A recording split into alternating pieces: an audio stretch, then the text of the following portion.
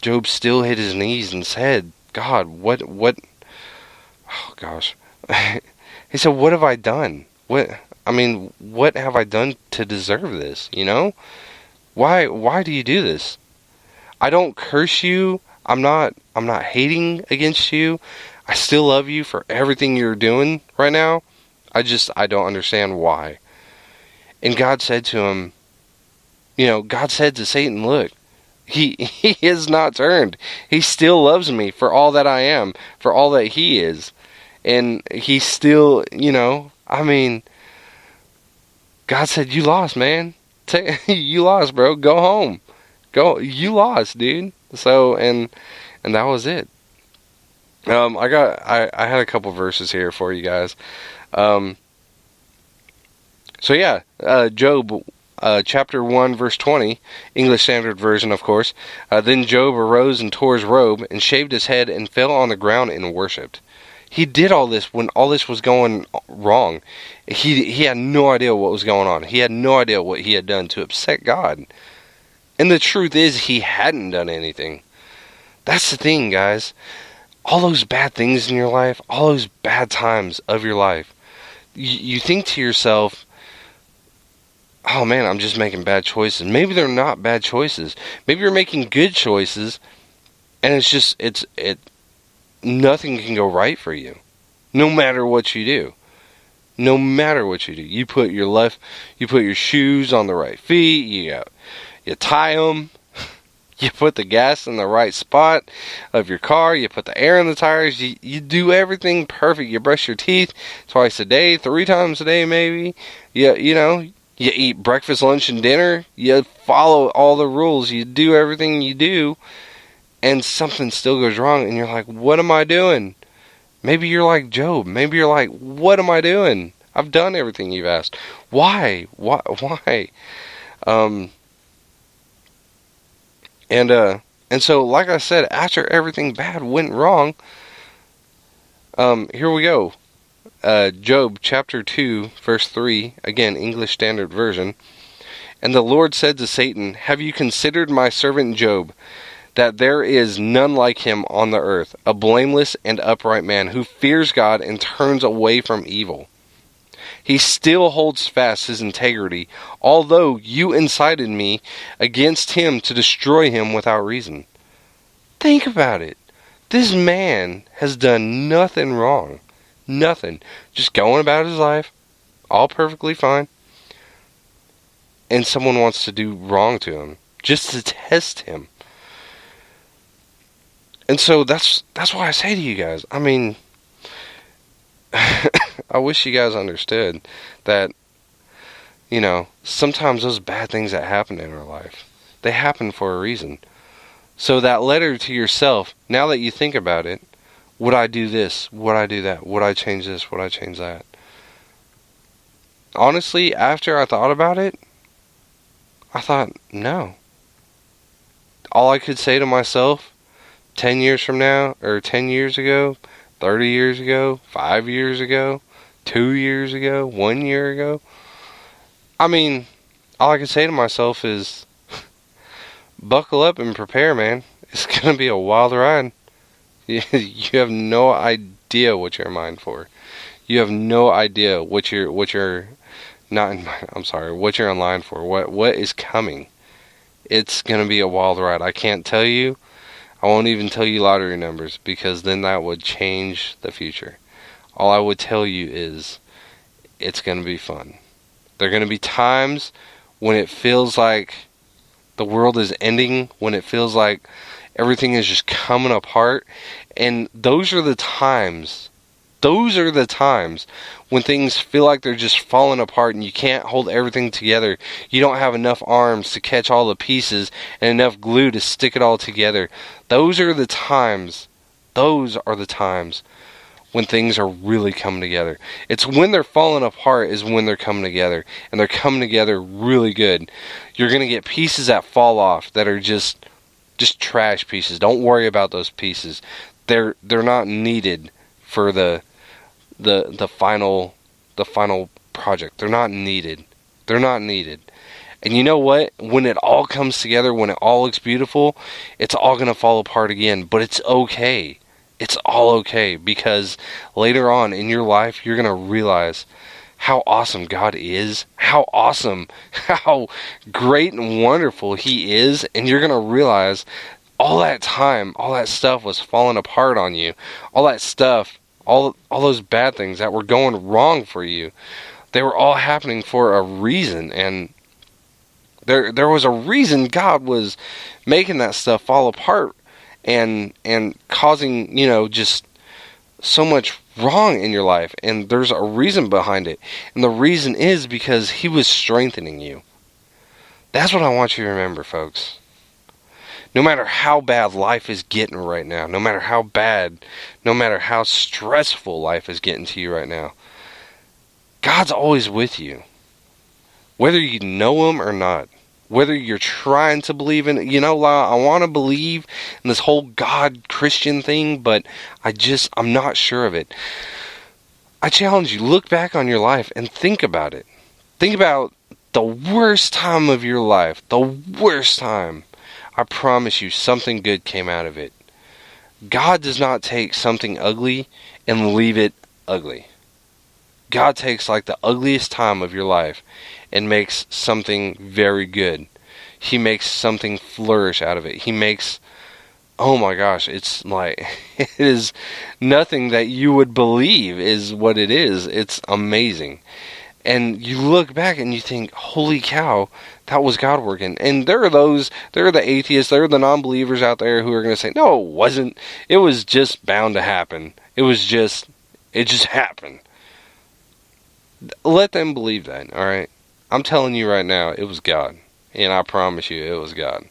Because God loves all His children. You're His child. Have you ever been loved that much by a father that, honestly, I've never really had a big time father figure that has loved me like that before. I've had step parents, and I've had, a father who was out of my life for so long. I've never really had that kind of love before from a fatherly figure. And when you finally feel it, you're scared because you don't know if it's real or not. And then when you see these bad things happen, and when you look back on your life and you realize those bad things that were happening, why they were happening, and how they all came back together to form this one awesome, really cool thing that you're seeing today, or that is in the works. You could see it just coming together, just piece by piece, slowly and surely. It's just all coming together just beautifully. And it's coming together, and now you're looking and you're saying to yourself, oh my gosh, Lyle's right, that really was God working, wasn't it? Maybe you got incarcerated for drugs or a certain crime, and then you come out and you're like, holy crap, sorry kids, PG, holy crap, sorry. That was God working, wasn't it? That was God trying to slap me across the face and wake me up. Bow, bow, bow, bow. Wake up, stupid, wake up. I'm trying to show you the right way to go. This is it. Trust me, I see people every day get in trouble, and they sit on the bench and they weep and they cry. God, please help me, God.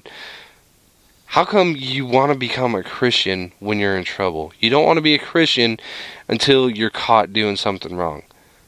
The 3 times people pray, and I believe I've said this before, when they're getting a ticket, when they're sitting at a hospital, or when they're waiting on a phone call from a loved one. Because, the loved one's, overseas or something. The only time people ever really pray is whenever they're going through something bad. Maybe it's only 2. Maybe that the last one wasn't. There's only, people say, I'm Christian. Are you really Christian though? Are you really? Answer yourself that. Ask yourself that. Answer. During times of bad and sadness and wrong, do you curse God?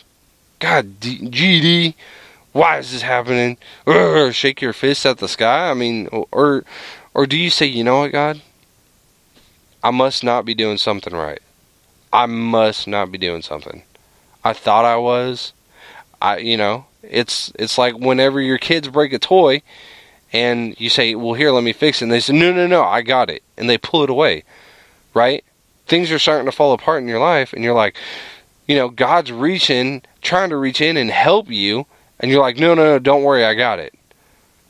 And God says, okay, I'm going to stand back and watch. I'm going to be right here. I'm going to be waiting for you to finally call me in and say, you need help. That's God. Folks, that is God saying, let me help you. Please, let me help you.